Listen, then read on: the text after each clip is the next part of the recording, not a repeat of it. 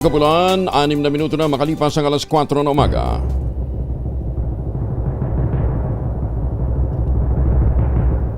And the Golden Dove for Best Science and Technology Journalist goes to Angelo Palmones, DCRH. Ito na ang 28th KBP Golden Dove Awardee, Best Science and Technology Journalist, si Angelo Palmones sa Magandang Umaga, Pilipinas! DZRH Magandang Umaga, Pilipinas! Sa DZRH Radio, DZRH TV at DZRH Online. Kasama si Kuya Angelo Palmones. Magandang Umaga, Pilipinas! Lunes na naman po tayo ngayon, ika-16 ng Marso 2026. Sa ulo ng ating mga balita serye, ang tasingil sa krudo, pasahe, bilihin at serbisyo. Asahan sa mga susunod na araw, linggo at buwan. Medyo magandang balita lang, mukhang uhupa na rin po ang bakbakan dyan po sa gitnang silangan. Sana nga. Pamamahagi ng 5,000 pisong ayuda sa mga tricycle drivers sa National Capital Region. Kasado na bukas. BP Inday Sara Duterte inaasahang sasagot na sa mga impeachment complaint laban sa kanya ngayong araw. Antipolo Special Elections mapayapa. Dr. Bong Acop idiniklarang panalo. 1990 letter na ginagamit ng China sa isyu ng Baho de Masinloc pinabulaanan ng Philippine Coast Guard. Pag-aangkat ng mga poultry products mula sa Indiana, bawal muna ayon sa Department of Agriculture. Pulis na bumunot ng baril sa isang resort sa Eastern Samar, sibak. Maulap na kalangitan at may mga pagulan pa mararanasan sa ilang lugar sa bansa, dala naman ng Northeast Monsoon. Kasama natin ang buong radyo natin FM nationwide, ang ating action radio station sa Luzon, Visayas at Mindanao. 91.7 BNFM Radio sa Cebu at 94.3 FM sa Jensan. Bagong balita, bagong impormasyon. Kasama si Kuya Angelo Palmones. Magandang Umaga, Pilipinas! May buntag sa matig paminaw natin sa Visayas at Mindanao. May nga aga sa makaturan tanan sa Negros. Diyos maray nga aga sa mga kababayan natin dyan sa Bicol. Naimbag na bigat ka na kayo amin sa mga suki natin sa Norte. Patuloy na magdadala ng maulap na kalangitan at mga pagulan ang Northeast Monsoon sa ilang lugar sa bansa.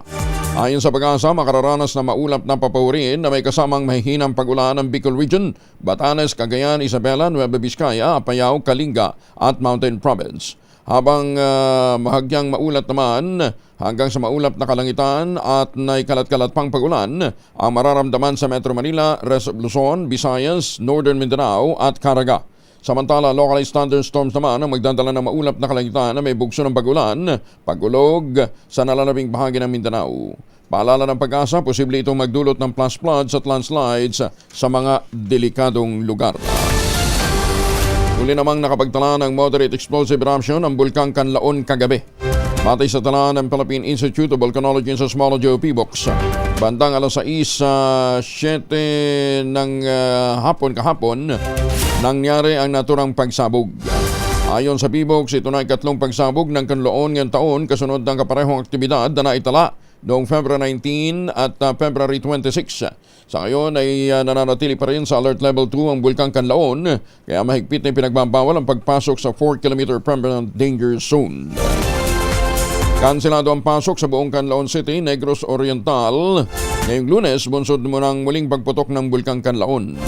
Batay sa Executive Order No. 35, 0/2026, sakop ng suspensyon ng klase ng mga pampubliko at pribadong paralan at sa lahat ng antas bilang pag-iingat laban sa epekto ng pagsabog ng bulkan. Pinapayuhan naman ang Canlaon City Mayor na si Batchuk Cardenas ang mga residente magsuot ng face mask dahil sa namataang mataas na level ng sulfur dioxide na ibinuga ng bulkan. Sakaling walang face mask, payo ng alkalde, maaaring takpan ng bibig at ilong ng basang bimpo bilang proteksyon. Bumagsak naman sa 17.1 degrees Celsius ang temperatura sa Quezon City kahapon. Ayon sa pag-asang naranasang malamig na panahon ay kasabay ng paghina ng northeast monsoon. Ito rin ang pinakamabang temperaturang naitala sa lungsod mula 2015 kung saan pumalo ito ng 18.5 degrees Celsius. Sinabi ng pag-asa, inaasahan naman na magsisimula na rin ang dry season sa pagtatapos ng buwan ng Marso. 11 minuto na makalipas ang alas 4 ng umaga. Oy mga mamis, pwede pa rin ho tayo mag-laundry day today ha. Bantayan lamang ang bigla ang pagbuhos ng ulan. Kunot no ka ba kapag makapit, madikit at malupit ang mantsa? All you need is pride. Ba't mapahirapan ang self ko sa pride? Easy at worry-free naman ang laundry. Sa Triple Stain Away Formula, tanggal ang matitindi mantsa based on test at chocolate. Mud and sabon on cotton, gawa po ito ng ACS. Magandang umaga, Pilipinas! 12 makalipas ang alas 4 ng umaga. Sibak sa pwesto ang isang pulis sa Eastern Samar matapos na mag-viral sa social media ang pagpapakita ng kanyang service firearm sa isang babaeng cashier sa isang resort sa Dolores, Eastern Samar. Patay sa opisyal na pahayag ng Police Regional Office 8, agad na narilib sa pwesto ang nasabing pulis. Kinumpiska ang kanyang baril. Isinalim sa restrictive custody habang gumugulong ang investigasyon. Layunin ng hakbang na matiyak na may integridad at patas ang investigasyon sa nasabing insidente. Sa inisyal na investigasyon, nakatalaga ang nasabing pulis sa Canabid Municipal Police Station. Tinutukoy pa ang buong detalye ng naturang insidente at tunay na motibo nito sa pagpapakita ng kanyang baril. Nako! Kaya sa mga lespo, at hindi lang sa mga pulis, sa lahat to ng mga nag-iingat ng baril. Lalong-lalo na sa mga uniform servicemen natin, ha? Iingat ho kayo, ang dami na hong cellphone ngayon. Ang dali-dali nyo makuna ng ebidensya. Patay ang isang security escort ni Manila Mayor Isko Moreno Dumagoso matapos pagbabarili ng riding in tandem sa Tondo, Maynila. Kinilala ang biktima na si George Capistrano, 56 anyos, retiradong pulis, residente ng Barangay 134. Batay sa police report, nangyaring pamamaril pasado alas 12 ng hating gabi sa tapat ng bahay ng biktima sa kanto ng Salonga at Buendia Street. Sinubukan pang isugod sa ospital si Capistrano ngunit idineklara itong dead on arrival. Sa akuhan ng CCTV na hawak na ng pulis, nabatid na sakay ng motorsiklo si Capistrano nang lapitan at paputukan ng mga suspect. Patuloy ang pang-investigasyon ng may otoridad upang matukoy ang motibo sa krimen at pagkakakilanlan ng mga salarin. Nasamsam ng mga otoridad ang dalawang parcel na naglalaman ng aabot sa 136 million pesos na laga ng shabu sa Ninoy Aquino International Airport. Ayon kay Philippine National Police Chief General Jose Melencio Nartates Jr., naispatan ang naturang kontrabando makaraang dumaan sa X-ray screening counter sa NAIA Cargo Facility. Ito ay may kabuuang bigat na 20 kilos, isinaksak sa pakete ng tsaa at kape. Batay sa isinagawang on-site field testing ng Philippine Drug Enforcement Agency, positibong shabu nga ang mga ito. Nabatid na galing abroad ang nasabing parcel, nakatakdang ipadala sa isang address sa Marilao, Bulacan. Magandang umaga, Pilipinas! Alas 4:15 ang oras sa buong kabuluhan, nasamsam din ng mga otoridad ang dalawang parcel na naglalaman ang aabot sa 136 million pesos na laga ng shabu sa Ninoy Aquino International Airport. Naka-score na naman ang mga tauhan ni Dr. Yeye Manawis. Ayon kay Philippine National Police Chief General Jose Melencio Nartates, naispatan ang naturang kontrabando makaraang dumaan sa X-ray screening counter ng NAIA Cargo Facility. Ito ay may kabuuang bigat na 20 kilos, isinaksak sa pakete nga ng tsaa at kape. Batay sa on-site field testing ng PIDEA, positibong shabu ang naturang kargamento. Magandang umaga, Pilipinas! Samantala, nagpatupad ng temporary ban ng Department of Agriculture sa pag-aangkat ng domestic at wild birds na at kanilang mga produkto mula sa Indiana, kasunod ng kumpirmadong pagkalat na nakahahawang H5N1 avian influenza strain. Pinirmahan ni Agriculture Secretary Francisco Chularal Jr. ang paghihigpit ng importation. Iniutos ang agarang pagpapatigil ng shipment ng karne ng manok, day-old chick, itlog at similya na nagmumula sa western state ng Estados Unidos. Ang desisyon ay kasunod ng February 23 report mula sa Animal and Plant Health Inspection Service ng US Department of Agriculture na nagkukumpirma na maraming pagkalat ng H5N1 sa Indiana. Kinakumpirma ito sa pamamagitan ng ginawang pagsusuri ng mga laboratorio ng National Veterinary Services Laboratories ng Ames, Iowa. Sinabi naman ng DA na mabilis ang pagkalat ng virus sa buong US at ito'y mangangailangan ng mas malawak na paghigpit sa kalakalan upang maprotektahan ang multibilyong pisong industriya ng poultry sa bansa. Sa ilalim ng kasunduan sa 2016 Bilateral Animal Health sa pagitan ng Manila at ng Washington, maaaring ipatupad ang statewide ban kung 3 o higit pa ang estado ng Amerika ang apektado ng bird flu. Naabot na Indiana ang threshold batay naman sa opisyal na report na sinumite sa World Organization for Animal Health. Ang import ban ay agad na nagsusubtindi sa pagpuproseso at pag-i-issue ng sanitary and phytosanitary import clearances para sa mga sakop na kalakal. Otomatiko ding binabawi ang SPS clearances na naunang ipinalabas para sa mga buhay na manok. Ganman ang mga shipment na nakabiyahe na naibaba na o tinanggap na sa puerto bago ipatupad ang kautusan ay maaaring pumasok sa Pilipinas basta't masisiguro na ang mga produkto ay kinatay bago naman January 30. Magandang umaga, Pilipinas! Pangalawang sunod na linggo na ang inaasahang double-digit na taas ng presyo ng mga produktong petrolyo magsisimula yang ipatupad bukas. Bukas, hindi today bukas. Base sa pagtaya ng Department of Energy, 20 hanggang 22 pesos ang posibleng dagdag singil sa kada litro ng diesel, habang 14 pesos hanggang 16 pesos naman per liter ang ipatutupad sa gasolina. Posible naman na hanggang 8 pesos ang taas presyo sa kada litro ng kerosene. Ang pagtaya ng industry sources ay batay sa 5 araw na kalakalan sa world market na itinutulak pa rin ang gera sa gitang silangan. Tuwing Lunes, inaanunsyo ng mga oil company ang pinal na halaga ng taas presyo at ipinatutupad naman kapag Martes. Samantala, asahang muli ang staggered o pautay-utay na dagdag presyo sa kada araw. Bagong balita, bagong impormasyon. Kasama si Kuya Angelo Palmones. Magandang umaga, Pilipinas! Aprobado na ng Land Transportation Franchising and Regulatory Board o LTFRB ang taas pasahe sa mga provincial bus sa harap ng patuloy na pagsirit ng presyo ng petrolyo. Epektibo na nitong Sabado ang 35 centavo per kilowatt o per kilometer na fare increase sa mga air-conditioned deluxe at super deluxe provincial utility buses. 45 pesos o 45 centimos naman sa kada litro ng mga luxury bus. Para naman sa mga ordinary PUB o mga provincial buses, piso ang dagdag taas pasahe sa base fare, 30 centimos naman sa kada susunod na kilometro. Paalala naman ng LTFRB sa mga bus operators, sundin ang updated fare guide. Tiyaking merong kopya nito ang bawat unit bilang gabay sa mga pasahero.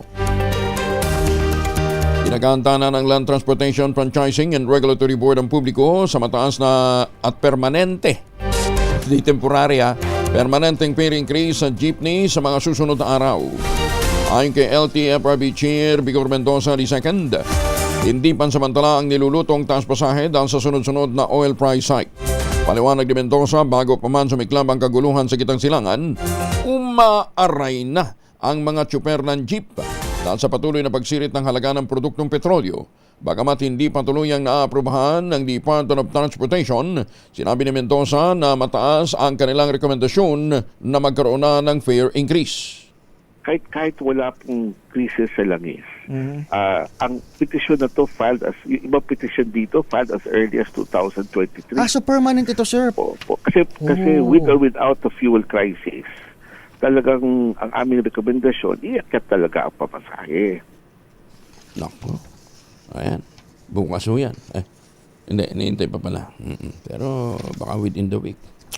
Ay, maman. Magandang umaga, Pilipinas! Iginit naman ng Liga ng Transportasyon at Operators sa Pilipinas o ELTO President Orlando Marquez na ginagawang katasan ng mga kumpanya ng langis ang taong bayan dahil sa Oil Deregulation Law. Ayon kay Marquez, dahil sa naturang batas ay tila nagiging tagapagsalita na lamang ng mga oil company ang Department of Energy dahil sa halos wala ng kapangyarihan ng gobyerno na makontrol ang paggalaw ng presyo ng petrolyo. Sinabi ni Marquez, ang pagtatakda ng oil price ay nakadepende na lamang kung magkano ang ididikta ng mga malalaking kumpanya at laging ang mga ordinaryong manggagawang Pilipino ang naghihirap. Tawag dito, nananawagan pa rin ang oil top na itaas ng 15 pesos ang minimum fare sa jeep sa gitna ng nararanasang oil crisis. Kami po yung nagsiservisyo publiko sa lahat ng trabahador sa sulok ng buong Pilipinas, pero ganito ang entertain ng DOA dahil nga sa batas na deregulation law, yan po yung matagal na naming isinisigaw. Na itong batas na deregulation law, hindi na po batas yan, gatas po, gatasan ang taong bayan. Pinaplansya naman ang grupong Piston ang kinakasangkilos protesta sa harap na patuloy na pagtaas ng presyo ng langis. Ayon kay Piston National President Modi Ploranda, nakatakda nilang i-anunsyo ang isasagawang strike ngayong Lunes. Iginit ni Ploranda, ito'y para kalampagin ang Pangulong Bongbong Marcos na maglabas ng executive order para masuspindi ang excise tax na niya'y mas mabilis na hakbang kaysa humingi pa ito ng emergency powers mula sa Kongreso. Paliwanag ng Piston President, bago pa man ang sigulot sa Gitang Silangan, nasa 1,870 na ang nawawalang arawang kita ng mga tsuper at mga operator ng jeep na kumukonsumo ng 30 litro kada araw. Tipong nasa ibang bansa pa siya hanggang nagaganap itong crisis na ito, na dapat ay harapin po natin, buligligin po natin ang iba't ibang ahensya ng gobyerno at panawagan po natin na ibasura ang oil deregulation law, tanggalin ng excise tax sa langis at tambat para at least kahit paano ay makagapay yung maliit na kita at sahod ng ating mga manggagawa sa kanilang mga pangangailangan. Aarangkada bukas, March 17, ang pamamahagi naman ng fuel subsidy sa mga tricycle driver sa Metro Manila. Ayon kay Metro Manila Council President Francis Zamora, bawat benepisyaryo ay makatatanggap ng 5,000 piso sa ilalim ng Assistance to Individuals in Crisis Situation o AICS program ng DSWD. Para makapag-claim ng ayuda, kinakailangan lamang na tugma ang driver's license sa pangalang nakalagay sa listahan para maiwasan ang discrepancies. Ang inisyatibang ito ay alinsunod sa utos ng Pangulong Bongbong Marcos, pag-aanin ang epekto ng nararanasang krisis sa langis dulot ng tensyon sa Middle East, lalong-lalo na sa vulnerable sector. Isinasapinal na ng Metro Manila Council ang listahan ng mga tricycle driver na unang makatatanggap ng 5,000 pisong fuel subsidy sa gitna ng patuloy na pagsipa ng presyo ng petrolyo. Ayon kay MMC President San Juan City Mayor Francis Zamora, naigpit ang kanilang direktiba sa mga toda na tiyaking walang magiging discrepancy sa kanilang listahan. Kabilangan niya sa pinasisilip ng LGU ay kung updated ang listahan ng mga miyembro ng toda dahil hindi mabibigyan ng subsidiya ang mga wala sa listahan. Kaugnay nito, hinimok ni Zamora mga driver na magpatala sa kanilang mga toda bago mabigyan ng fuel subsidy bukas, March 17. Kung kayo po ay tricycle driver at miyembro ng mga toda ho natin, dapat talaga ngayon pa lamang ay nakikipag-ugnayan na ang inyong mga TRB sa inyo. No? And just in case po, payo lamang, just in case hindi ho nakipag-ugnayan pa for whatever reason, mabuting kayo na rin ang pumunta po sa kanila at ayusin ang mga listahan ito. Kami ho sa San Juan, agad-agad nagpulong na. Kulang naman ang 5,000 pesos na fuel subsidy para sa mga nasa sektor ng transportasyon sa gitna ng nararanasang krisis sa langis. Ayon kay Ibon Foundation Chief Executive Sunny Africa, hindi sapat ang naturang halaga kung patuloy ding tataas ang presyo ng krudo. Bukod na niya sa maliit ang 5,000, iilan lamang din ang makatatanggap ng naturang ayuda para o kaya't nananatiling kawawa ang mga tsuper. Ginit ni Africa, naiintindihan niya ang panawagan ng mga PUB driver na fare increase at dapat lamang na magkaroon pa ng karagdagang aksyon ng pamahalaan para hindi malugmok ang ekonomiya ng bansa. Hindi naman na natutulungan. May more or less 250 to 300,000 jeepney drivers. May more or less 1.2 million tricycle drivers. Idagdag pa dyan yung mga motorcycle taxis, mga delivery riders. Abot yan ng, I think, more or less 70 to 80,000 sa buong Pilipinas. So, ang kailangan tulungan na tinatamaan ng pagtaas ng presyo ng krudo, more or less 1.5 to 1.6 million. Tapos ang tutulungan lang nila, 300 plus thousand. So sa amin, emblematic yun na may show off, may press release. Oh, ang dami namin mobilize na pera. Ang dami namin tutulungan. Pero mapapansin nyo, hindi lang ngayon. Pati nung panahon ng COVID, bawat panahon ng krisis, masyadong maliit ang binibigay, masyadong kaunting natutulungan, at panandalian lamang. So sa Inaasahan namang makatutulong ang pamamahagi ng ayuda para maibsan ang second round inflation effect dulot ng sigalot sa Middle East. Ito naman ang pananaw ng RCBC Chief Economist na si Michael D. Caport sa harap ng pinangangambahang epekto ng nangyayaring bakbakan sa rehiyon o sa gitang silangan sa presyo ng mga pangunahing bilihin at serbisyo. Ngunit iginit ni Caport dapat gawing targeted sa mga pinaka-apektadong sektor ang pamimigay ng subsidiya. Inihalimbawa nito ang kasadong cash disbursement ng nasa sektor ng transportasyon na sisimulan nga sa mga tricycle driver. Yun po, para maibsan, targeted na lang po yung subsidies para hindi na po malaki yung presyo na ipasa yung presyo ng bilihin para mapitigit po yung second round inflation effect. Pero yun po, talagang sa ganito mga pagkakataon, parang unus po yan, we need to be prepared and yun, we need to be, alam, may template na po, may mga measures din. Magandang umaga, Pilipinas! Isinusulong naman ni Senator Loren Legarda ang dalawang panukalang batas sa Senado na naglalayong pababain ang presyo ng mga pangunahing bilihin at serbisyo habang pinalalawak ang exemption sa value-added tax para sa mga mahalagang pangangailangan at serbisyong medikal. Lain ng panukala na magpatupad ng mas makaturuang bed system sa bansa at magbigay ginhawa sa mga pamilyang mababa ang kita. Kumpiyansang senadora na magbibigay ng agarang ginhawa ang nasabing hakbang kapag naisabatas upang makaraos sa araw-araw ang pamilyang Pilipino at tungo sa mas maayos na kinabukasan para sa kanilang pamilya. Bukod pa rito, layunin din ang panukala na mabawasan ang direktang gastos ng mga pinaka-nangangailangan at matiyak ang nananatiling abot kaya lalong-lalo na ang serbisyong medikal at mga pangunahing pangangailangan. Sa ilalim ng Senate Bill 1851 o panukalang Differentiated Value-Added Tax Rates Act, ibababa sa 10% ang VAT sa mga produkto at serbisyong karaniwang ginagamit ng mga mahihirap at mga middle class na Pilipino. Mananatili naman sa 12% ang VAT ng mga luxury goods gaya ng mga designer brands, alahas, mamahaling relo at premium na pabango. High value assets gaya ng mga fine art, antiques, mga private aircraft at luxury vehicles. Yan din yung mga scene products tulad ng alak, sigarilyo, vaping items at mga produktong may panganib sa kapaligiran tulad ng legal na paputok at premium real estate gaya naman ng penthouse suites, luxury condominiums at exclusive club membership.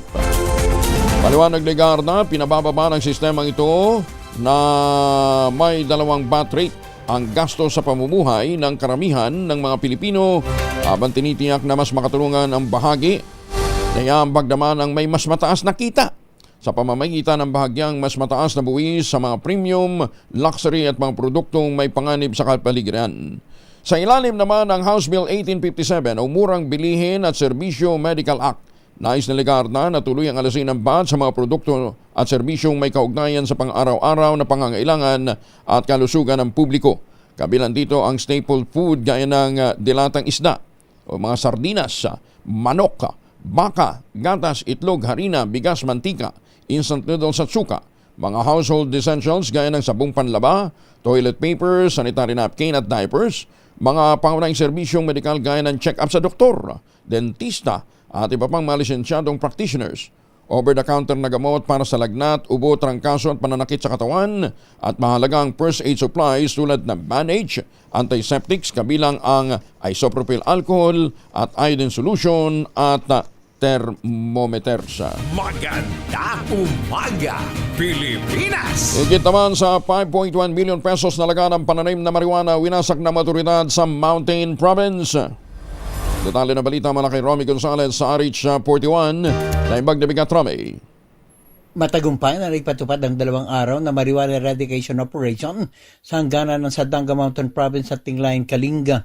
Nagresulta ang anti-drug operation sa pagkakawasak na higit 5.1 milyong pisong halaga ng tanim na marijuana. Nadiskubre ang plantasyon na may sukat na 1,700 metro kwadrado na tinamnan ng 25,500 fully grown marijuana plants. Binunot at tuloy ang sinunog ng mga operatiba ng PIDEA Mountain Province Provincial Office, katuwang ang Sadanga Municipal Police Station, Mountain Province PNP Provincial Intelligence at Drug Enforcement Units at 2nd Provincial Mobile Force Company. Ang buong plantasyon na marijuana, ang naturang High Impact Eradication Campaign, ay naipatupad sa ilalim ng Oplan na Parapay. Walang nahuling marijuana cultivator sa naturang operasyon, subalit patuloy ang pakikipagtalastasan ng mga otoridad sa Mountain Province Local Government para matukoy at maimbestigahan ang may-ari ng lupa at mga responsable sa pagtatanim ng iligal na marijuana. Ito si RH41 Romy Gonzalez para sa DZRH. Una sa Pilipinas, una sa Pilipinas. Maraming salamat, Romy. Diyos na Gina. Magandang umaga, Pilipinas! Sugan na lang daw kaya. Hindi, joke. 32 makalipas ang alas 4 ng umaga, nagbabalik naman sa March 29 ang paboritong Link Bingo event ng bayan para sa na may kabuwang 2.9 million pesos na tax-free prizes. Ayon nito sa Philippine Amusement and Gaming Corporation. Pangungunahan ng Casino Pilipino Angeles ang 1K for 2M Nationwide Link Bingo Games lalaruin sa mga sakay ng Casino Pilipino sa Bacolod, Cebu Puente, Grand Regal sa Davao, Ilocos Norte, Iloilo, Mactan, Olongapo at Tagaytay, kaya sabay-sabay ang laro mula Luzon, Visayas hanggang Mindanao. Sa halagang 1,000 pesos per ticket, makakakuha ang bawat kalahok ng 4 na bingo cards na pwede gamitin sa 10 laro. May 100,000 na premyo sa bawat unang siyam na laro. Sa 10th game naman o yung 10th round, huling round, ang nakatayang guaranteed na jackpot prize ay 2 million pesos must-go prize. Para sa detalye, tumawag sa 0906-574-1935 o sa 0927-804-0304. O dili kaya bisitahin po ang Casino Pilipino website www.casinopilipino.ph o i-follow ang official Casino Pilipino Facebook page. Magandang umaga, Pilipinas! Mga misis, amoy araw ba si Mr. Pag-uwi galing ng trabaho, abay dalyan sa germ sa katawan nila para labanan ng moy araw at moy pawis, gumamit ng Shield Bath Soap regularly. Unbeatable ang shield sa paglaban sa germs versus another brand by Shea Butter. Pampalambot ang kuti sa presyong abot kaya 12.50 SRP. Kaya naman recommended ito ng Philippine Nurses Association. Kaya mga misis, I challenge you, subukan ang Shield Bath Soap. Galit sa sakit, may malasakit, sulit na sulit. Tumutok sa DZRH at manalo ng instant 1,000 pesos sa Malakas promo kasama ang Pride Detergent. Malakasan ang makinig at manood sa DZRH! Ang tropa ni Sherwin Alparo kasama ang Pride Detergent ay nandyan sa Baclaran Market. Aba, layo, ano? Nandito lang siya, may Baclaran lang pala. Ang tropa ni Sherwin Alparo kasama ang grupong Pogi ay nandyan sa Baclaran Market, Barangay Baclaran, Paranaque. Lakasan nyo na inyong mga radyo, telebisyon. Ready na ba kayong tandaan ang ating Word of the Day para manalo ka ng DZRH Mini Component? Eto na! Ang ating word of the day ay malevolent. Malevolent. Ay, ibig sabihin na po, sa Tagalog, masamang hangarin. Sa Ilocano, dakis apanggap. At sa Cebuano, dautang tuyo. Ayan, ha? Malevolent. Magandang umaga, Pilipinas! At may masamang hangarin. Huwag nyo na ituluyan. 35 na makalipas ang alas 4 ng umaga. Impormasyon kasama si Kuya Angelo Palmones. Magandang umaga, Pilipinas! 38 na makalipas ang alas 4 ng umaga. Nananawagan naman ang Department of Agriculture at ang state-owned Food Terminal Incorporated sa mga Pilipino, huwag aabusuhin ang subsidized rice program ng pamahalaan at nagbabala na hindi pangkaraniwang ang dami ng tao sa mga distribution site at ito'y nagdudulot ng maling impresyon na may kakulangan ng supply. Ayon sa mga opisyal, patuloy at may sapat na supply ang flagship program ng gobyerno, yung benteng bigas meron na mas kilala bilang 20 pesos per kilo bigas program sa kabila ng nahahabang pila na naiuulat sa ibang lugar. Tiniyak ni Agriculture Secretary Francisco Tulorol Jr. sa mga benepisyaryo na nananatiling sapat ang inventaryo ng bigas. Patuloy ang paggiling ng National Food Authority ng palay upang mapunan ang mga inventaryong ibinibenta sa mga Kadiwa Program Center at iba pang mga distribution site na pinamamahalaan ng lokal na pamahalaan. Ayon kay Laurel, nauunawaan ng bansa na ang tensyon sa Middle East ay nagdudulot ng pangamba sa maraming Pilipino, lalong-lalo na sa mga nasa mahinang sektor. Ngunit ang pagkilos dahil sa takot ay lalo lamang makapagpapalala sa sitwasyon. Pagtiyak pa ng kalihim, merong sapat na rice buffer at maganda din ang ani ng bansa. Naglunsad naman ang Department of Agriculture ng isang malaking inisyatiba para sa kaunlaran ng rehiyon kung saan personal na pinangunahan ni Agriculture Secretary Francisco Tulorol Jr. ang pamamahagi ng mahigit sa 65 million pesos na laga ng interbensyong pang-agrikultura para sa mga lokal na magsasaka at mga angisda sa Libon. Kinikinala itong rice granary ng Albay. Isinagawa ang nasabing aktibidad sa Pantaw Port at nagbigay din ng estratehiyang layunin ng DA na pataasin ang productivity, tiyakin din ang seguridad sa pagkain at pagbutihin ang kabuhayan sa mga kanayunan alinsunod sa direktiba ng Pangulong Bongbong Marcos Jr.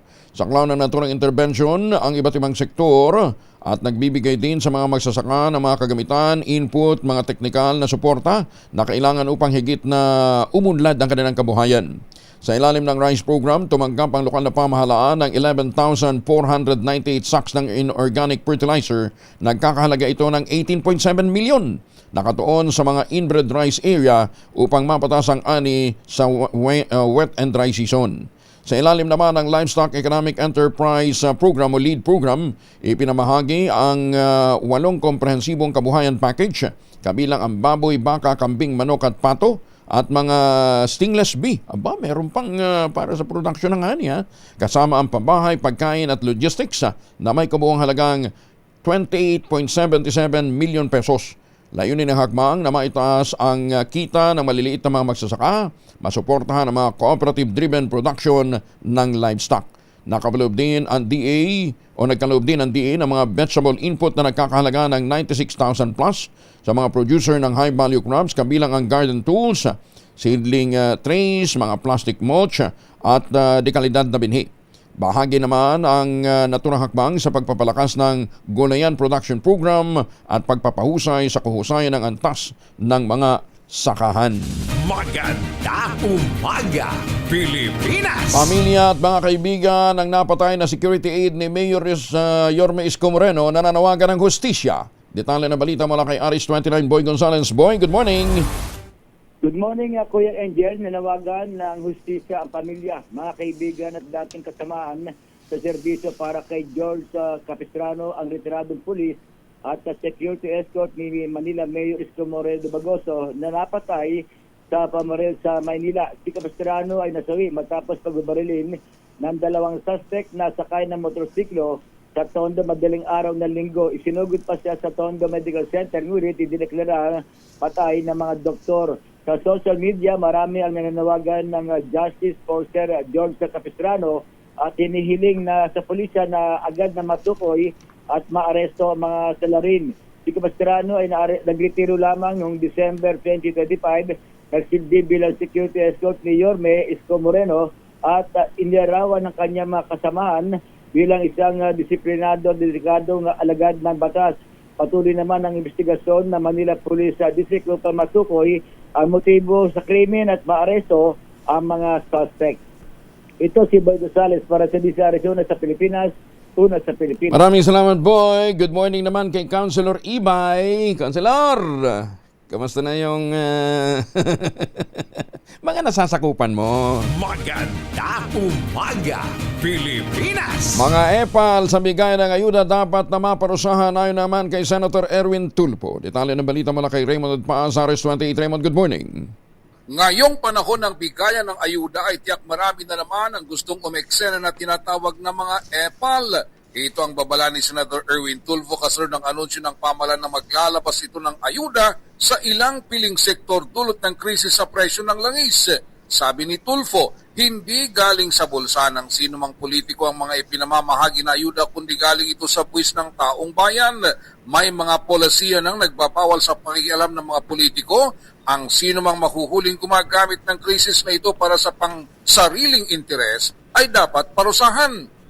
Isinulong ni Tulfo sa 2026 General Appropriations Act ang probisyon na nagbabawal sa mga politiko na makilahok sa distribution ng tulong ng gobyerno. Sinundan ito ng DILG Memorandum Circular No. 2026-006 na nagbabawal din sa paglalagay ng pangalan o mukha ng mga opisyal sa mga proyekto ng pamahalaan. Nanawagan din si Senador Erwin na isama sa mga dapat bigyan ng ayuda ang mga motorista na gumagamit ng gasolina. Pinuna ng Senador sa ginanap na hearing ng Senate Committee on Ways and Means na priority sa mga bibigyan ng ayuda ay ang mga gumagamit ng diesel o krudo. Samantalang may 8.5 million na gumagamit ng motorsiklo na pareho ding umaaray sa pagsirit ng presyo ng langis. Ito si RH28, Raymond Adpaz para sa DZRH. Una sa Pilipinas, una sa Pilipinas. Maraming salamat, Raymond. Maganda umaga, Pilipinas! 45 na makalipas ang alas 4 ng umaga. Baka may mga importanteng lakad kayo. Huwag kalimutan magbaon ng proteksyon laban sa mikrobyo. May dalawang formulation of family alcohol na pwede natin pagpilian. Yung family 70% isopropyl alcohol, especially prepared for clinics, hospital, pharmacies, laboratories, pero okay na okay din po yan sa mga households. Very effective sa disinfection at sterilization. Ganyan ang bagsik ng family 70% isopropyl alcohol. Maghapon man natin gamitin, no problem. Hindi po manuno yung ating mga kamay dahil meron po itong moisturizer. Yun namang mabangong family wrapping compound improvement cologne. Ayun po yung mabangong isopropyl alcohol na ginagamit po ng mga masahista, mga barbero, mga doktor, mga nurse, mga kabadrona for sponge bathing and other cleansing purposes. Family wrapping alcohol para di siya reachable na sa mahabang panahon. Mabibili sa namang butik at convenience stores nationwide. Family wrapping alcohol, hindi lang pampamilya, pang sports pa. Maganda umaga, Pilipinas! May huli na si Sherwin Alparo. Tumutok sa DZRH at manalo ng instant 1,000 pesos sa Malacash promo kasama ang Pride Detergent. Malakasan ang makinig at manood sa DZRH! Magandang umaga sa mga taga Kidapawan City. May buntang sa mga tigpaminaw natin sa Sugbo. Magandang umaga sa mga taga Calamba, Laguna. Ma'am Eva Lang. Diyan po sa Las Vegas, ha? Good morning. Sherwin, good morning.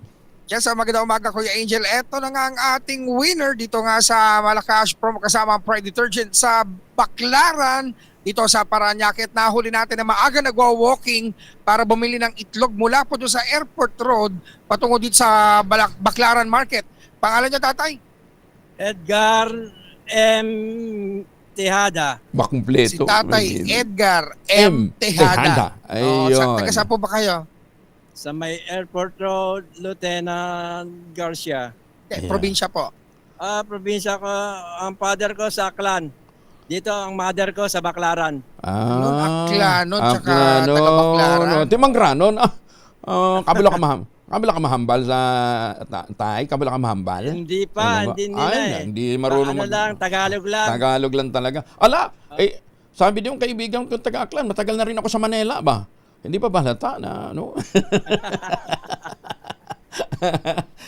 Tay ka na, kasarap ng ngiti ni tatay, ano ha? Ilan taon na sa tatay?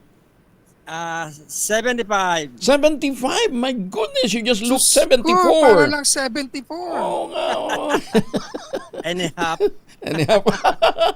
Mangirit to si tatay. Sige, bigyan na natin yung premyo ni tatay. Mga tatay, dahil sino po bang paborito yung announcer tuwing umaga sa DZRH? Si Angelo Palmones. Wow. Kasi naninibago siya, nadidinig niya sa tenga niya yung boses niya. Ano ulit yung pangalan? Angelo Palmones. Ayun, Angelo Palmones. Ito meron kang 1,000 pieces. Oy, salamat! Walang mabuhay ano, ka, Angelo. Ayan. Meron pa isa tayo. Kapag nakuha nyo naman yung ating word of the day, makukuha nyo pa yung ating medium component. Malevolent. Ayan. Malevolent. Ayan. Dahil dyan, nakuha mong ating medium component at sa atin ang Astron, ang official radio set partner ng DZRH, Alagang Astron, Alagang Maasahan. At syempre, meron ka rin tatanggaping grocery bag mula yan sa DZRH at sa ACS. At ang pinakabago, pinakamalaki, pinakamabango, ang Pride Republic Conditioner, Korean Strawberry Bloom Detergent Powder with Stain Away Formula, 2 kilo yan. Kaya kahit gano'ng karaming nabanubos yan. And speaking of labahan, hindi mo nalalabahan, isusuot mo ng 6 na dekada ang pinakabagong t-shirt ng DZRH, ang pinakabagong disenyo ng DZRH t-shirt na minomodelo ng pinakabatang long hair na batang baklaran. Maraming salamat po, Sherwin. Angelo. Wala nga naman tayo. Okay, sir. Ayan. Sherwin, bakit may bago kang mga angels? Saan mo naman pinaghahatak yan? Mga taga dito yan sa Baklaran. Taga Baklaran ba yan? Oo. Sila muna, sabi ko sila muna magtaas ng mga pinamimigay natin. Wala yung wala yung sex bomb natin. Wala yung tropa mo, ha? Maraming salamat uli, Angelo. Apo, ingat Mabuhay ulit tayo, ka. ha? Ituloy nyo na. Mabuhay ang MBC DCRH. Apo, tuloy nyo lang yung Maraming pagja-jogging nyo salamat araw-araw. Maraming salamat din po. Malaking bagay na po ito. Apo, sige Pambili po. ng gamot. Oo, sakto. Okay. Sakto. Sige. Maraming salamat ulit. Apo, walang anuman tay. Ingat po At kayo. syempre, sa mga nais manalo ng 1,000 pesos na akin dumutok sa DZRH, baka nasa sa dating winner sa DZRH Malacash promo kasama ang Pride Detergent. RH number 6, Sherwin Bata Alfaro DZRH, una sa Pilipinas, una sa Pilipino. Maraming salamat, Sherwin. Tutok lang, tutok na sa DZRH Radio, DZRH Facebook, DZRH YouTube, at DZRH TV. Baka ikaw na ang susunod na winner sa DZRH Malacash Promo! At para naman sa mga kababayan nating pabalik ng Pilipinas, lalong-lalo na yung nandyan ho sa Middle East, ha? Hopefully makabalik, ha? Sa lalong madaling panahon. Pero yung nandyan ho sa Hong Kong, pabalik ng Pilipinas, sa Taipei, Taiwan, sa Japan, Ohio gozaimasu sa mga suki natin dyan, ha? At pabalik na ho ng Pilipinas, wag na ho kayong magpasalubong ng imported na tsokolate. Meron po tayong tangerine chocolate. Ang tangerine chocolate po ay brand ng mga magdiniyog ng mga magsasaka dyan po sa lalawigan ng Quezon. Sa tulong nga po ni Dr. Helen Tan, yung po mga planting material ng kakao galing Davao. Hinakot po yan para maitanim sa ilalim po ng mga nyugan dyan po sa lalawigan ng Quezon. Kaya ngayon ay nagpo-produce na ho sila ng dekalidad na cacao beans. Pinoprocess para maging tangerine chocolate. Available sa 0919-095-5935. Pwede nyo rin i-check sa online, ha? Yung kanilang website na tangerinechocolate.ph. Nandyan din po yung listahan ng mahigit 10 variants ng tangerine chocolate na mga raw material galing din po sa ani ng mga magsasaka. At sabi nga po ni Dr. Helen Tan, sino bang magmamalasakit sa mga Pilipino kundi ang kapwa Pilipino? Kaya sa bawat tangkilik natin ng tangerine chocolate, pinalalakas natin ang loob ng ating mga magsasaka, pinalalakas natin ang ating lokal na ekonomiya. Tangerine chocolate 100% gawang lokal but taste and looks global dahil tinulungan ito ng DTI at ng DOST. Tangerine chocolate 100% gawang Pinoy. Maganda umaga, Pilipinas! And speaking of Quezon, congratulations din pala sa mga taga-lalawigan ng Quezon. Habang tumataas ang presyo ng gasolina, nag-take off naman, nagsimula na mag-operate ang world's largest onshore wind turbine na itinayo dyan po sa Alabat Island sa lalawigan po ng Quezon. Proyekto ito ng Alternergy. Ayan, Alternergy, ha. Congratulations kay Governor Helen Tan, sa pakikipagtulungan ng Envision Energy. 64 megawatt ng Alabat Wind Project ang gumagana na ngayon at ito ay magkakaloob ng serbisyo sa mga, hindi lang pasok ito sa grid. Meron ding itong 8 megawatt largest onshore wind turbine in-install ng Pilipinas at sa buong mundo outside of China. Congratulations sa mga taga-Alabat, Quezon. Maganda umaga, Pilipinas! Happy birthday muna sa ating mga suki. Unahin ko si General Nick Bartolome. Ayan, President Nick. Ayan, happy birthday, ha. Binabati ka ng mga poging mapitagan na maaga ding bumangon at nag-aabang ng Hati Pai. Good morning, Boss Nick. Nick Bartolome, nagdiriwang ho ng kanyang birthday ngayon. Kahapon naman, isa pang mapitagan, si Raymond Yap, nagdiwang din ng kanyang birthday. Babatiin ko rin yung aking personal assistant sa bahay, si Malik Tula. Ayan, si Malik Tula naman ay nagdiriwang ng kanyang pang-ilang birthday mo ba ito, Malik? 20th birthday. Ayan, happy birthday, Malik, Pagbubutihin mo ang pag-aaral nang sa gayon ay matupad ang iyong mga pangarap. Ayan, si Malik Tula. Birthday din ni Charis Badar. Ayan, Charis. Happy birthday, matupad sana ang iyong mga pangarap sa buhay. Ayan, Tapos, ka-birthday din niya, ngayong araw na ito, ang mama ni Justice Energito, si Mami Francisca Gito naman, ay nagdiriwang ng kanyang 82nd birthday ngayong araw na ito. Mami Francisca Gito, happy 82nd birthday. Magandang umaga, Pilipinas! Derek Ramsey, itinangging ibinibenta ang kanyang bahay sa Ayala, Alabang. Uy, binibenta niya, bakit? Alamin natin mula kay Morley Alinio. Morley, good morning! Gising na ang showbiz! Rampa na Pilipinas. Good morning, Kuya Angel. Itinanggi ni Derek Ramsey ang balitang ibinebenta niya ang kanyang bahay sa Ayala, Alabang.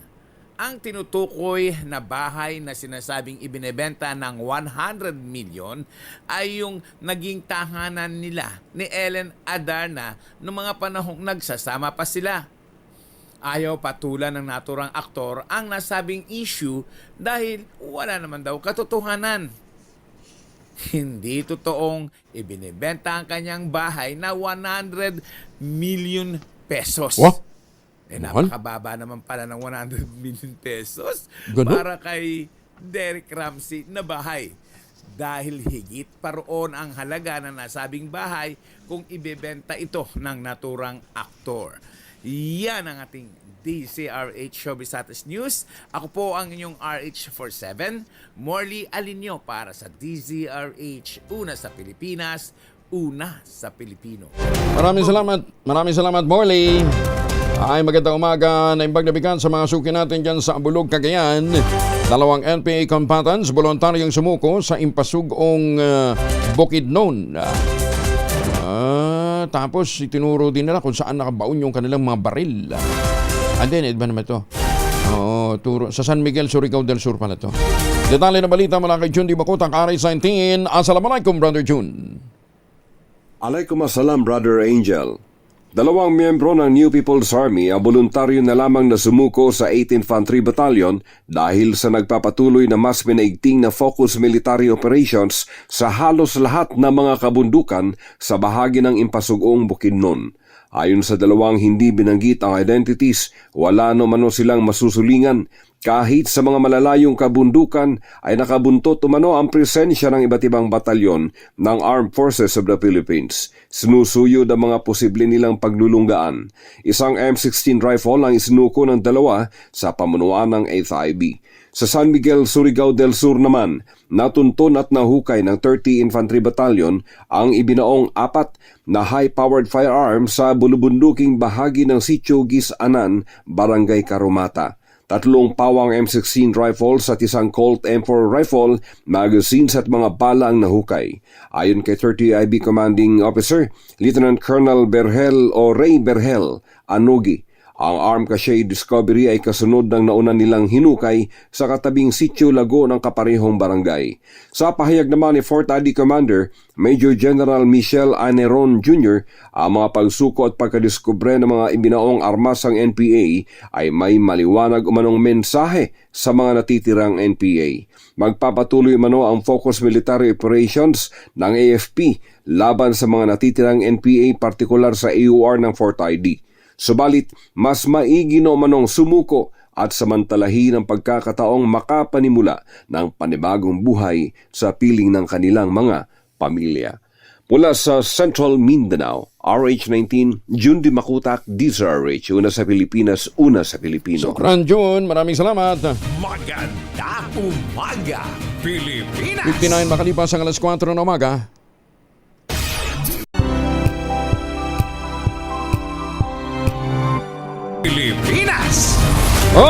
alas 5 na po na umaga, oras na para tayo po naman ay mag-ultabayo.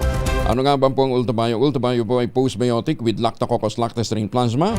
Dumaan po ito sa mahabang clinical trial dyan po sa Japan. Hindi testimonial, hindi kwentong kutsero, kundi human clinical trial. Pero ang sabi nga po ng mga dalubhasa, 1 oras bago matulog, 2 kapsula ang i-take natin. Mas mai-enjoy natin ang mga benepisyo ho ng ultabayo. Ang bawat kapsula ng ultabayo ay nagtataglay ng 50 billion cells ng Lactococcus lactestrin plasma. Kaya napaka-potent po nito na pagpasok po sa ating katawan, ina-activate nga po yung PDC, yung plasmacytoid dendritic cell. Yan po yung tinatawag ng mga dalubhasa na commander ng ating immune system. Yan po ang responsable sa pagtataboy ng matoksin sa ating katawan habang tayo po ay natutulog. Nakatutulong din ang ultabayo para ma-achieve natin ang magandang tulog. Pagka may magandang tulog, may magandang gising, may panlaban sa puyat, pagod at stress. Ilan lamang yan sa mga benepisyo po ng ultabayo. Kung may mga concerns pa ho kayo, makipag-ugnayan sa 0931-033-2871. Text lang ha, para mas maraming ma-accommodate na mga tanong. 0931-033-2871. May mga medical experts tayo nakastambay dyan para sagutin ang inyong mga katanungan, anything under the sun. At ang ultabayo ay rehistrado sa Food and Drug Administration, halal certified. Available po ito sa Mercury Drug, HB1 Plus Pharmacy, Curamed at Amesco Drug. At kapag bibili ka ng 1 box ng ultabayo postbiotic, yung 30 capsules sa alin ng Mercury Drug Store sa buong bansa, makakakuha ka rin ng free 100 pesos Mercury Drug gift certificate. Promo runs until July 31, 2026 only.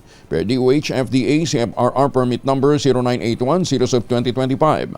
Mahalagang paalala, ang ultabayo ay hindi gamot at hindi dapat gamitin panggamot sa anumang uri ng sakit. Bangkay ng hinihilalang miyembro ng NPA na nasawi sa sagupaan at tagpuan ng masundalo sa interior barangay ng Hinibangan, Samar. Nasa state of decomposition na. Detalye ng balita mula kay Jane Galit Bantayan, Aris 34, Jane Maybuntag. Natagpuan naman mga kasundaluhan mula sa 63rd Infantry Battalion ang isang bangkay na naagnas na state of decomposition sa isang interior barangay ng Hinabangan, Samar na pinaghihinalang bangkay ito ng isang miyembro ng New People's Army na nasawi sa isang sagupaan sa nasabing lugar. Pinaghihinalang ito ay remnants mula sa Sub-Regional Committee Sesame, Eastern Visayas Regional Party Committee. Malaki naman ang hinala ng mga kasundaluhan na itong NPA ay si Lupito Bukatkat alias Hunyon na nasawi sa nasabing enkwentro. Ayon sa ito second, ang natagpang bangkay ay isang malinaw na inaabandon na nga ng NPA ang kanilang kasamahan kung nasusugatan o nasasawi sa mga enkwentro. Samantala, kinundina naman ni Brigadier General Pompeo Jason Almagro, Commander ng 82nd Infantry Perlis Brigade ang nasabing insidente. Sa kasalukuyan ay patuloy naman ang focus military operations sa mga kasundaluhan doon sa nasabing area. Mula sa Action Radio Katarman, RH34 Jane Galit Bantayan ng DZRH. Una sa Pilipinas, una sa Pilipino. Tamo nga salamat, Jane. Magandang umaga, Pilipinas! 3 minuto na makalipas ang alas 5 na umaga. This time...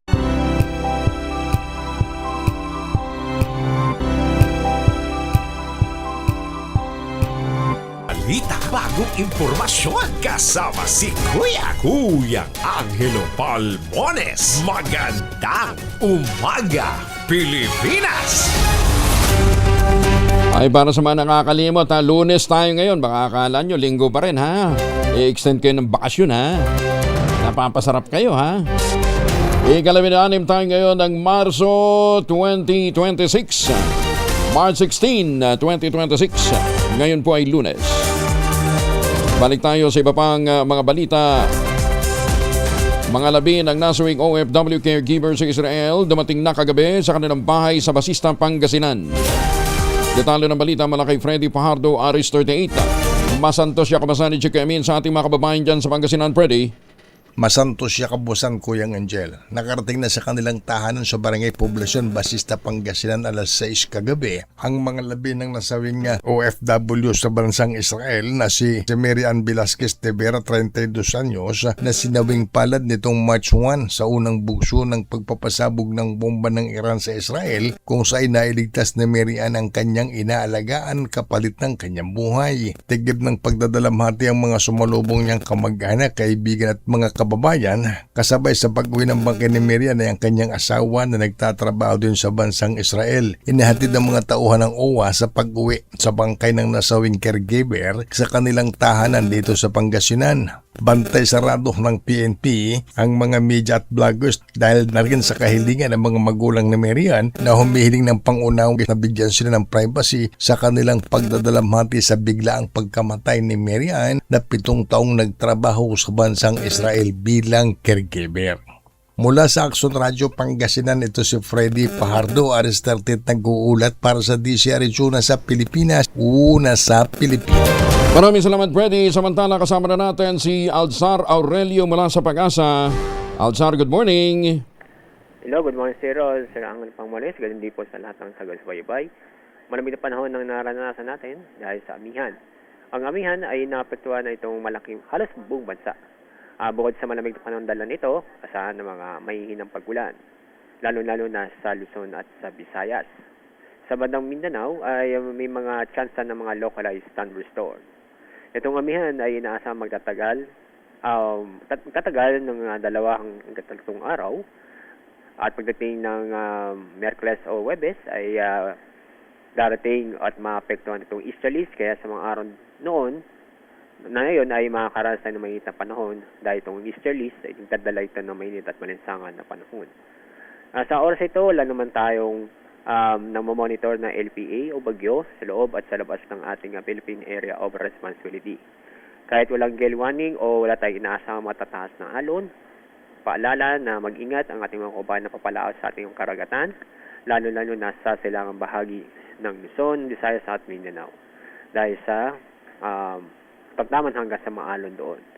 Yan po ang ating update mula sa Pag-asa. Ako po sa Alzar de Aurelio. Maraming salamat, Alzar Aurelio, mula po naman sa Pag-asa. Ayan ha, lumalamig pa rin ho ang antas ng temperatura natin. Pero naman po ang lagyan ng panahon, huwag din kalimutan magbaon ng proteksyon laban sa mikrobyo. May 2 formulation ng family alcohol na pwede nating pagpilian.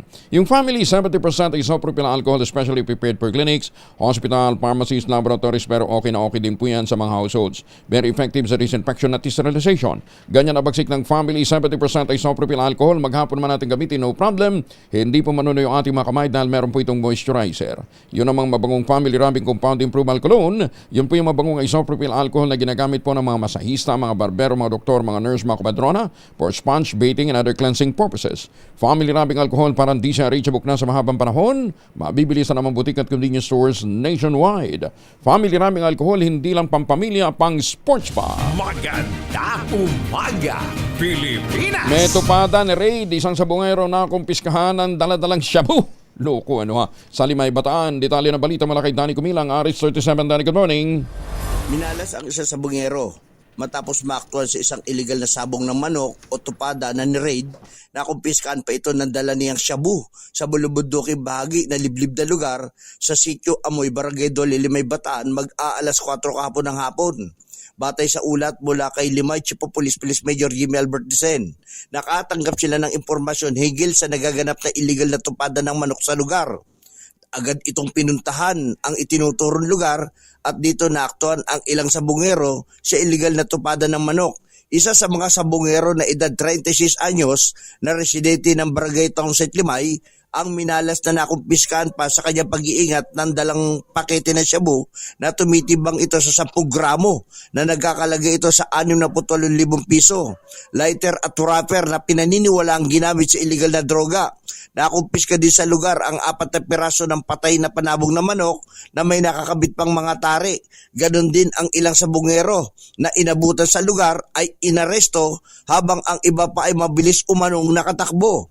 Ang mga nadakip ay dinala sa Limay Municipal Police Station at mga ebidensya na nakumpiska at inihanda na sa kanila ngayong Lunes ang kaukulang isasampang kaso. Danny Kumilang, RH37, DCRH, una sa Pilipinas, una sa Pilipino. Maraming salamat, Danny. May paaba kay kayungan sa mga suki natin dyan po sa Pampanga. Ohayo gozaimasu sa mga suki natin dyan sa Japan. Pinagtibay naman ng Korte Suprema ang panuntunan ng Department of Justice na nagtatakda ng mas mataas na antas ng ebidensya bago maisampa ang kasong kriminal sa hukuman. Sa desisyong inilabas noong March 11, 2026, tinatigan ng Korte Suprema ang Department Circular No. 20 na inilabas noong panahon ni Justice Secretary Ngayon ay Ombudsman Jesus Crispin Rimulya. Sa ilalim ng naturang patakaran, tinaasan ang pamantayan sa preliminary investigation mula sa simpleng probable cause patungo sa prima facie evidence na may reasonable certainty of conviction bago maihain ang kaso sa korte. Dahil dito lalo ring tumibay ang resolusyon ni Rimulya noong Enero 16 ng 2025 kaugnay ng kaso ng pagpatay kay Enrique Manas Sr. na nasawi sa isang ambush noong July 23, 2017 pa sa lalawigan ng Samar. Isinampa ang kasong murder at attempted murder laban kina Emilio Sosa, Sopronio Medoranda Jr. at Raymarta Antibo. Sa kabila nito, nananatiling nakabimbin sa Department of Justice ang resolusyon ng mahigit 410 days na. Dahil dito, formal nang humiling ang mga abogado ng pamilya Manas kay Frederick Bida, ang ating kalihim ng Department of Justice, agad na maisampa sa hukuman ng impormasyon laban sa mga suspect upang tuluyan ang umusad ang kaso na halos 9 na taon na nangyari matapos ang krimen. Balita, bagong impormasyon, kasama si Kuya Angelo Palmones. Magandang umaga, Pilipinas! Ang lupit namang injustice niya, ano ha? Pero eto pa, may isa pang injustice. Yun daw pong isang labandera dyan po sa Kinapawan City, 63 years old na. Hindi pa rin nakakapasok sa old age pension ng DSWD dahil marami pa daw ang naghihintay na may mabakanting slot. Ganon ba yun? Para makaabil ka ng mga benepisyo, kinakailangan may maunang pumanaw sa'yo. Ano ba naman yan? Oo, patakaran daw po yan ng DSWD. Sabi po nitong lola, na 63 years old, 45 pa daw yung naghihintay ng slot na mabakante. Yung iba namatay na nga, hindi pa nakakatanggap ng pensyon. Ano ba naman yan? Ay, sus, may ginoong buhay ito. Anyway, napag-uusapan po ang mga kababaihan na, meron ho tayong isang magandang panauhin. Ito po ay diplomate fellow ng Philippine Academy of Rehabilitation Medicine. Siya po ay member ng WorldLink Medical BHRT. Ano yan? Mamaya. Diplomate din po ng American Academy of Aesthetic Medicine at membro ng Philippine Society of Primary Skin Health Physicians. Ayan. Makakasama ho natin ay isa hong magaling na doktor.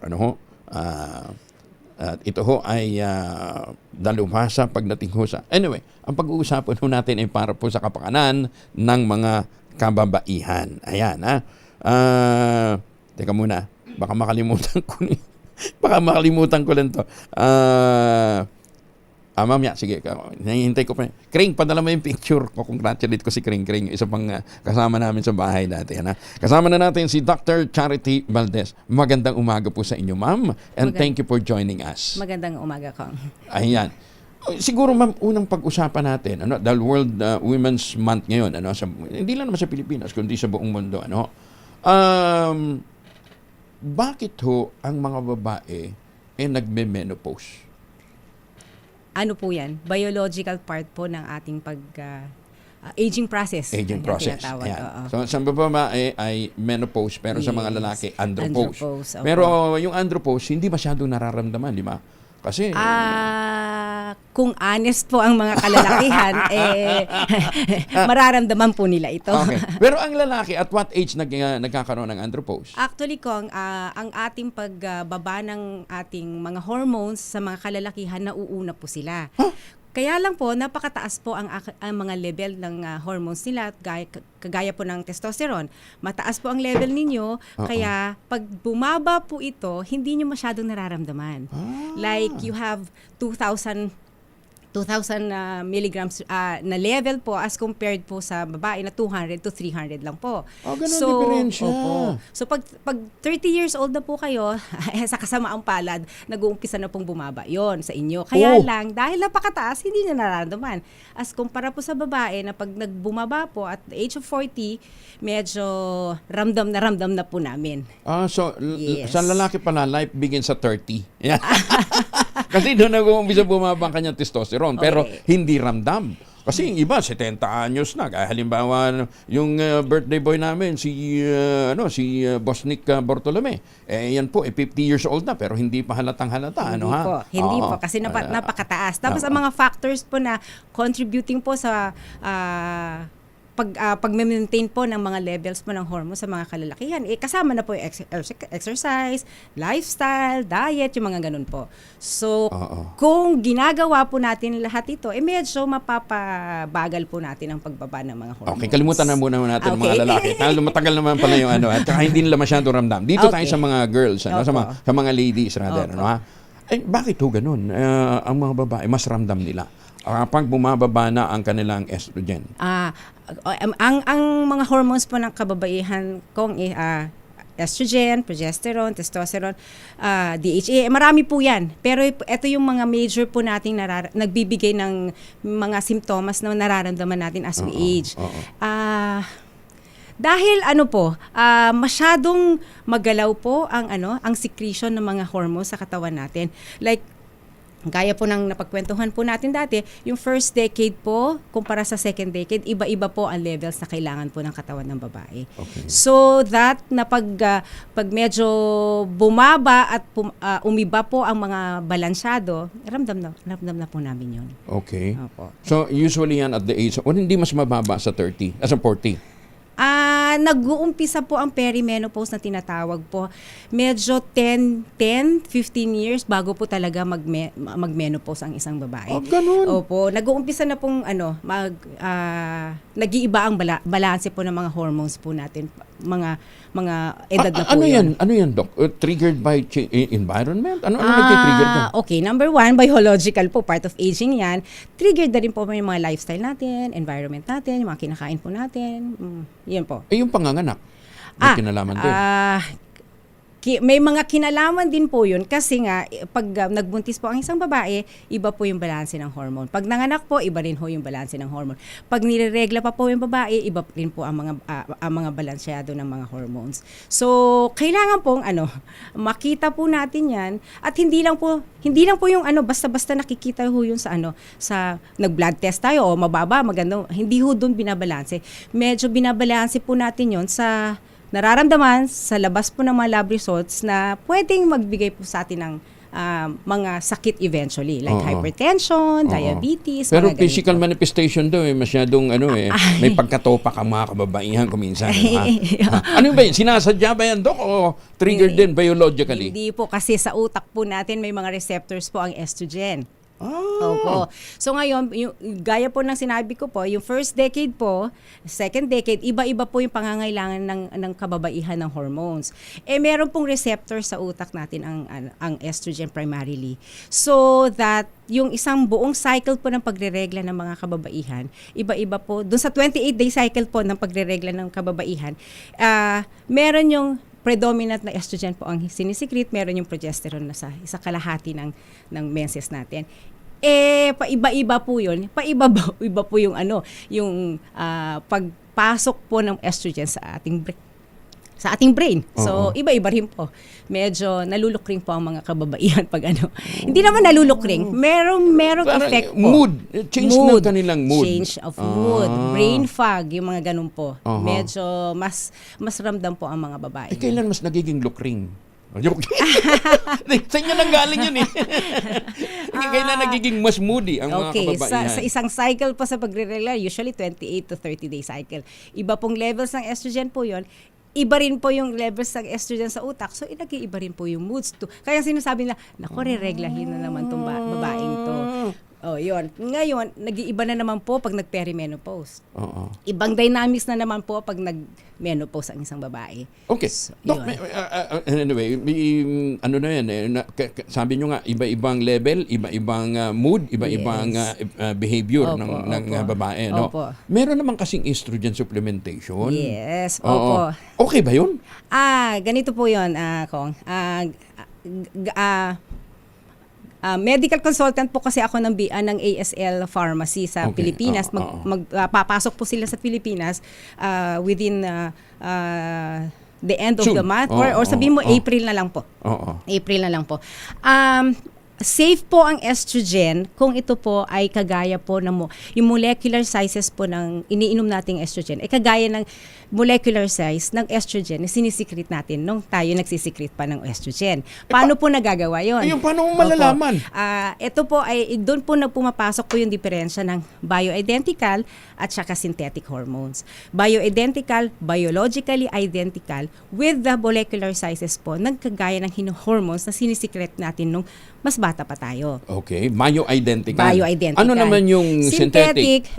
Iba ho ang sources, no? Mas malalaki po sila.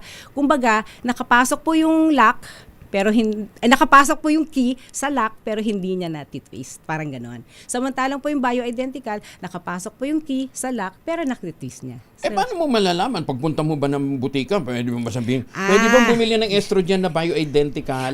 Ganito Wala po. naman siguro Meron ganun. po mga specialized compounding pharmacy na gumagawa po nun ko. Kasi yung mga big pharma po, kasi hindi po nila ma-patent, hindi po nila ma-FDA ang compounding pharmacy, sorry. Big pharma po ang gumagawa ng synthetic na mga hormones. Ng mga hormones.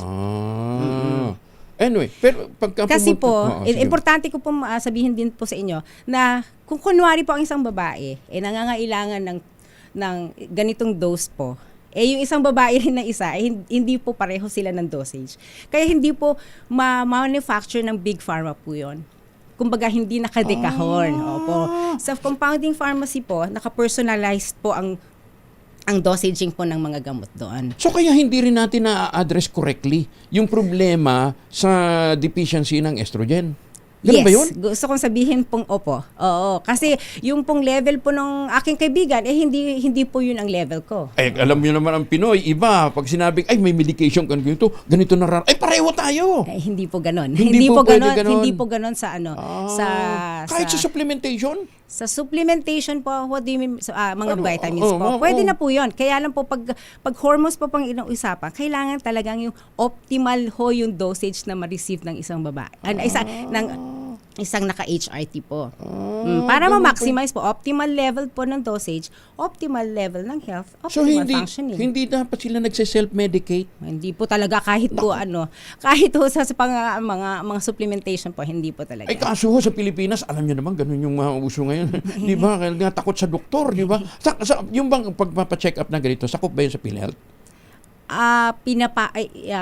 Kinakausap po namin ng PhilHealth para Oo, dapat. Para mas malawak po ang nabibiyayaan po ng ganitong way of treating the mga kababaihan. Baka mamaya, tira ka ng supplement, hindi na ng estrogen supplementation. Wala ka naman pala napapala. Yun na nga po. Hindi naman pala napapakinabangan. Nare-regulate na po ng butika yun, sir. Di ba? Hindi, okay lang yun kasi mga malalaking butika, sa mga butika sa mga probinsya. Ayun na nga. Di ba? Opo. Careful po tayo sa mga iniinom natin. Dapat po alam po ng doktor. Dok, alam nyo, hindi ko kaya i-accommodate ng pagkatagal-tagal. Yes po. Meron ba kayong contact number? Yes po. Pwedeng ma-access o website na pwedeng mapunta? Ipapakiusap ko lang text lang ho. Huwag nyo na tawagan si doktora para mas maraming ma-accommodate. I-message nyo na lang muna siya. Bago ko ituloy yung mga tanong, saan ho kayo pwede matawagan, Dok? Sa 0917 5696-224. 5696-224. O kaya 0964 917 8789. Opo. RHTV, paki-flash nyo naman to para makuha natin. At saka para mas marami tayong matulungan. 0917-569-6224. O kaya 0964-917-8789. Ayan, okay, tama, Dok. Ayan. So, at what age dapat mag-start ang supplementation ng estrogen o ng iba pang mga hormones? Okay, meron po kaming questionnaire na meron dito? Out. Opo. Doon ho natin makikita kasi minsan hindi pa ho lumalabas sa blood chemistries natin, may nararamdaman na po ang kababaihan. So doon po namin binibase po ang mga kung kailan mag-uumpisa. Dok, marami ba kayo sa Pilipinas na pwede nilang tanungin dito? Marami po. Network ito. Itong binigyan yung numero. Yes po. Network of doctors ito. Opo. Yes po. Alam nyo, thank you for coming forward at this very important Maraming month of the salamat year, po. ano ha? Na Women's Month. Kasi nga, ang dami sa ating mga kababaihan neglected yung ganitong mga biological changes, di ba? Pag sinabi natin, moody lang yan. Yes maandar po, na naman opo, ho yung susikat na naman ang buwan. Wala naman palang kinalaman yun. It's really part of the biological changes ng tao. Na pwede po nating ma-address Oo. with this kind of treatment po. Oo. Para ma-prevent na rin po yung mga pagpasok po ng hypertension, diabetes, high cholesterol eventually. Bakit ano bang kinalaman nun, Dok? They prevent, nung kabataan po natin, naka-optimal level po ang ating hormones, wala po tayong mga condition na ganito, di ba? So that kung hindi na balansyado at may deficiency na tayo at medyo at the advancing age, kailan po ba tayo problema ng mga ganitong problema? Kasi Hindi pati ho ba? yung partner niya kadalasan hina-high blood eh. Pag high blood o may pagkalukring si si partner, yung esposo niya ganun din eh. 'Di ba? Hina-high blood din. Correct. Pinag-uumpisahan ng away yan. Yes po.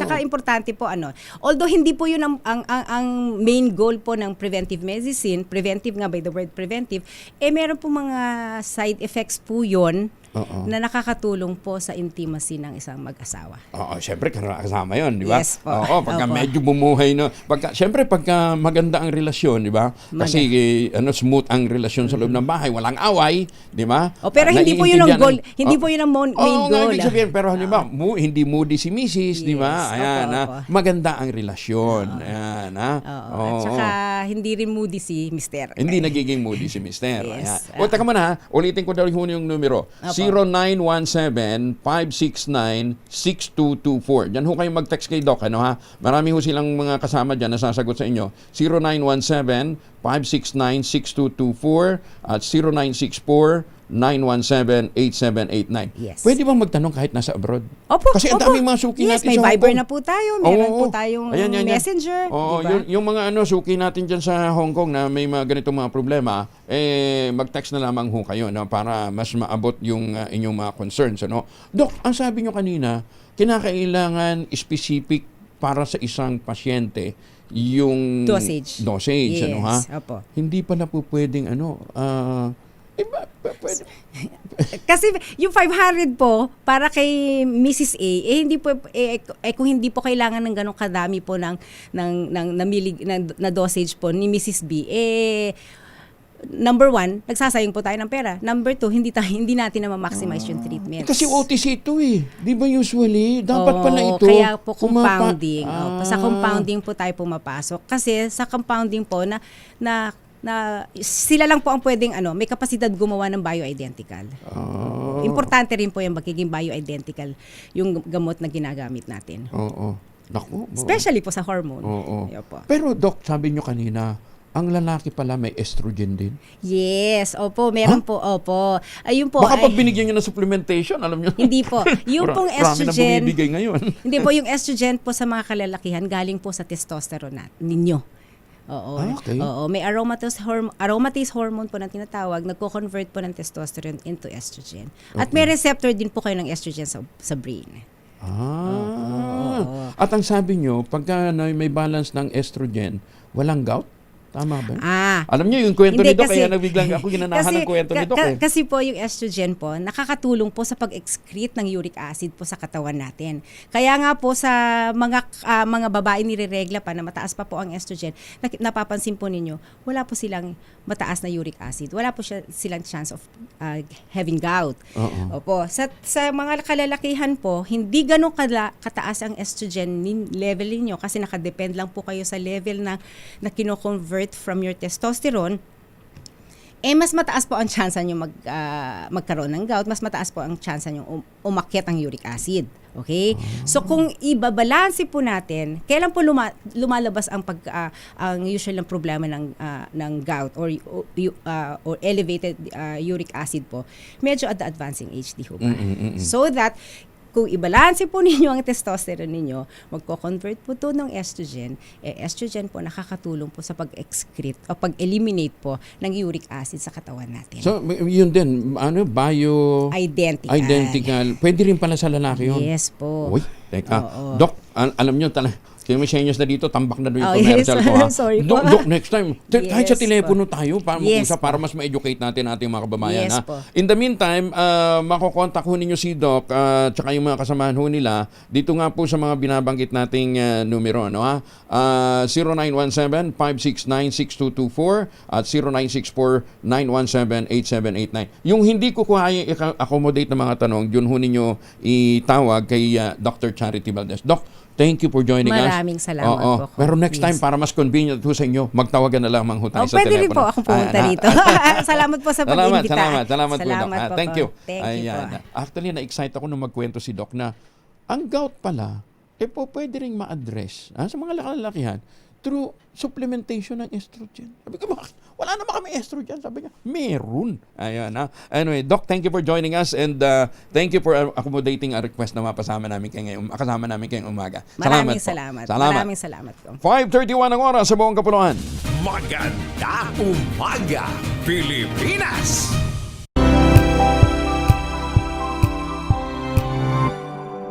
Kababayan natin pabalik ng Pilipinas, 41 makalipas ang alas 5 na umaga, wag na ho tayong magpasalubong na imported na tsokolate, please. Ayun ha, meron ho tayong locally made pero gawang lokal, but taste and looks global. Tinulungan ito ng DTI at ng DOST. Tangerine Chocolate. Yan po ay brand ng mga magniniyog ng mga magsasaka sa lalawigan ng Quezon. Sa tulong nga po ni Dr. Helen Tan, yung po mga planting material ng kakao galing Davao, hinakot po ito, itinanim sa ilalim po ng mga anyugan. Kaya ngayon ay nagpo-produce na ho sila ng dekalidad na kakao beans, pinoprocess para maging Tangerine Chocolate. Tangerine Chocolate, 100% gawang lokal, but taste and looks global dahil nga po sa tulong ng iba't ibang ahensya ng gobyerno. Ang sabi nga po ni Dr. Helen Tan, sino bang magmamalasakit sa Pilipino kundi ang kapwa Pilipino? Kaya sa bawat tangkilik natin ng Tangerine Chocolate, pinalalakas natin ang loob ng ating mga magsasaka, pinalalakas natin ang ating lokal na ekonomiya. Tawag na po kayo sa 0919-095-5935 per penmens. Maganda, text lang din para ho sa inyong mga orders. O dili kaya, i-check po ninyo sa tangerinechocolate.ph yung mahigit 10 variants yan ng mga raw material galing din po sa ani ng ating mga magsasaka. Tangerine Chocolate, 100% gawang Pinoy. Kaya pakiusap po ni Dr. Helen Tan, sana naman po ay ating tangkilikin. Magandang umaga, Pilipinas! Ay pinapaalam din po ni Dr. Senny Mendoza ang paghatid ho sa huling hantungan sa kanyang kapatid na si Attorney Renato Rene Sarmiento ay bukas po March 17, 11 a.m. ang internment. Yan po ay galing kay Mayor Senny Mendoza dyan po sa Talisay, Batangas. Ang internment ni Attorney Renato Rene Sarmiento ay bukas po March 17, 11 a.m. Ayan ha. Andiyan na? Okay, teka muna ha. Mas maganda Ay, teka muna. Congratulations kay Kring Bebar. Ayan, may kasama natin sa bahay sa Kinapawan City. Bumasa na siya sa criminologist examination. Ayan, ha? Ate Flor, pengen yung picture ni Kring ha? Sino itong nasipang cabinet man dahil sa very poor performance ang nagmamagaling ngayon dahil sa masidhing kagustuhang mapansin siya at mabigyan na naman ng malalaking government project? Na-addict si Loco. Si Mr. Ex-Cabinet Member halos walang 1 year pala noon sa malaking department ng gobyerno. Nagkataon yung bossing niya, workaholic. Madalas na mag-surprise visit sa kanyang office. Madalas ding ma-surprise si bossing dahil wala sa kanyang office si Mr. Ex-Cabinet Member. Kaya naman pala, yung mga tirador nito ang laging masaya dahil si ex-cabinet man ay tatanga-tanga. Ang bansag ho sa kanya sa mismong office niya, low quality manager. Sakit naman nun. Low quality manager. Pero mas lalong nabusit sa kanyang presidente nung mabuking ang iba't ibang mga milagro at mga anomalya na mistulang pinagtatakpan pa niya. Kasi nga, low quality manager. Nako, matagal din pala tayong nabulag sa pagiging anti-graft crusader kuno ng mokong na ito, ha? At dahil hindi na siya mapagkatiwalaan sa pwesto sa gobyerno, ang ginagamit ngayon ni Mr. Ex-Cabinet Man ay isang farmers group na may iilang miyembro. Iniintriga niya ang mga incumbent government official na gusto niyang kotongan ng project. Sanay na sanay talaga mag-imbento ng kwento si Mr. Ex-Cabinet Man para siraan ang mga target niyang government official. Ginagamit niya ang ilang columnist pa na nabubulag ng kanyang anti-graft crusade kuno. Ayan ha. Ang ex-cabinet man na nasipa noon dahil sa katamaran at low quality management pero ngayon nagmamagaling. Good morning kay Congresswoman GMA. Ito si Mr. L. Ayan, as in Lonely Boy. Maganda umaga, Pilipinas! Kasama muna natin ang Pangulo po ng Confederation of Truckers Association of the Philippines at Aduana Business Club Incorporated President, si Ma'am Mary Zapata. Ma'am Mary, good morning! Hi, good morning! O, kumusta ang impact sa inyo nitong pagtaas ng presyo ng gasolina? Hindi naman nyo siguro nyo papatawan yung freight ng dagdag, ano? Ma'am. Hello, ma'am. Ma'am. Nawawala si Ma'am Mary. Teka, ma'am. I-establish namin yung linya. Putol-putol eh. Putol-putol yung ano. Oo. Balikan natin si Ma'am Mary, ha? Paki-establish mo nga yung linya natin. Oras mo na sa buong kapuluan. 46 makalipas ang alas 5 na umaga. Ang oras na yan.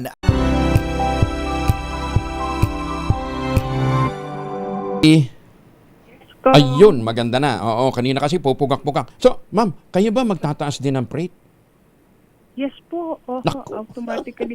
Since nung March 10, we negotiated already with our clients that all services na ginawa namin ng March 10, we will be increasing our rate by 30%.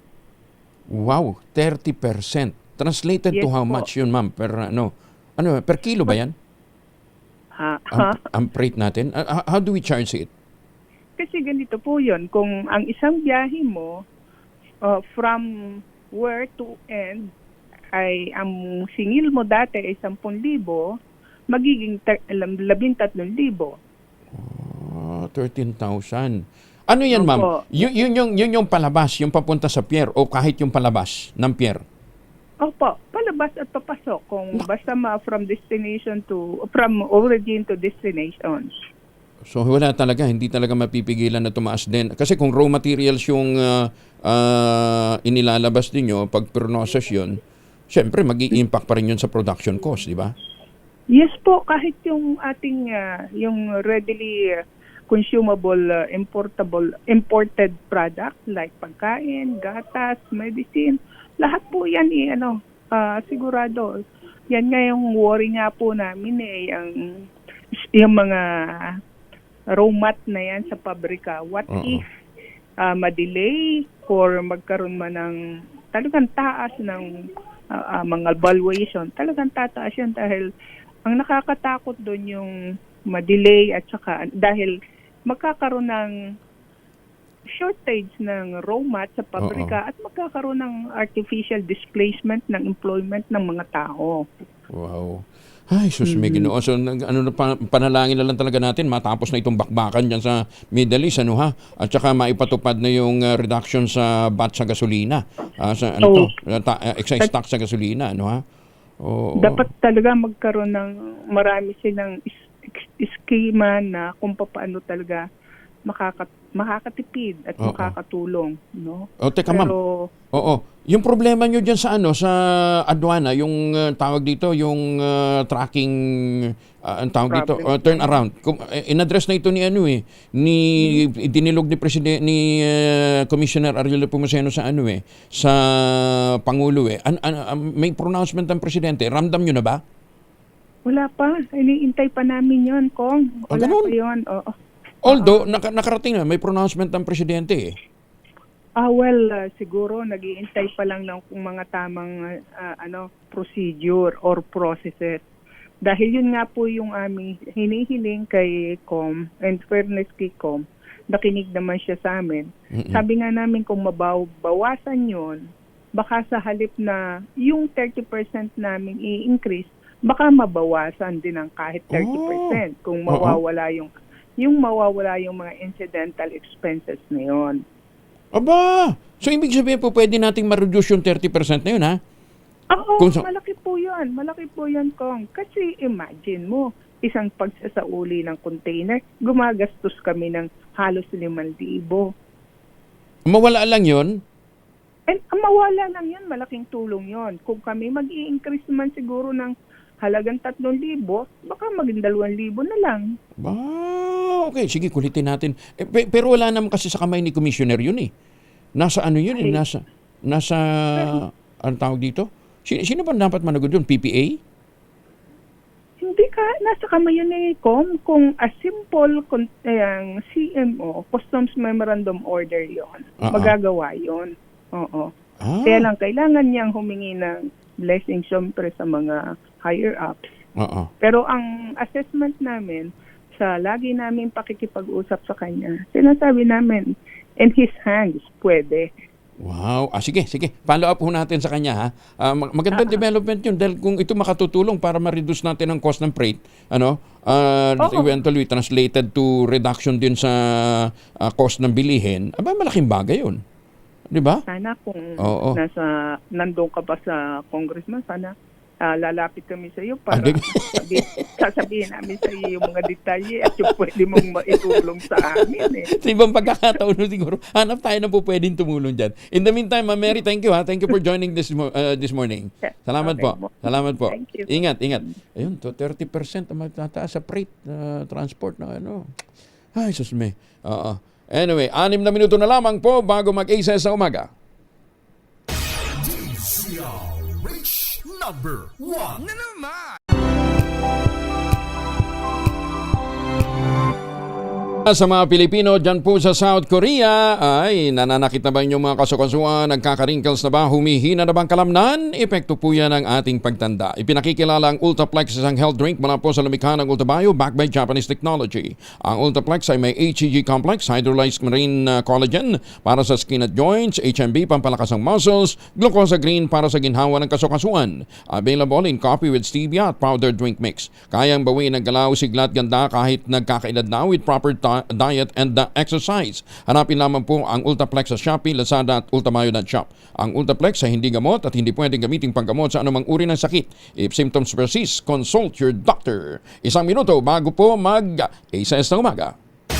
DZRH number 1 na naman! Sa Metro Manila, pati rin sa Mega Manila.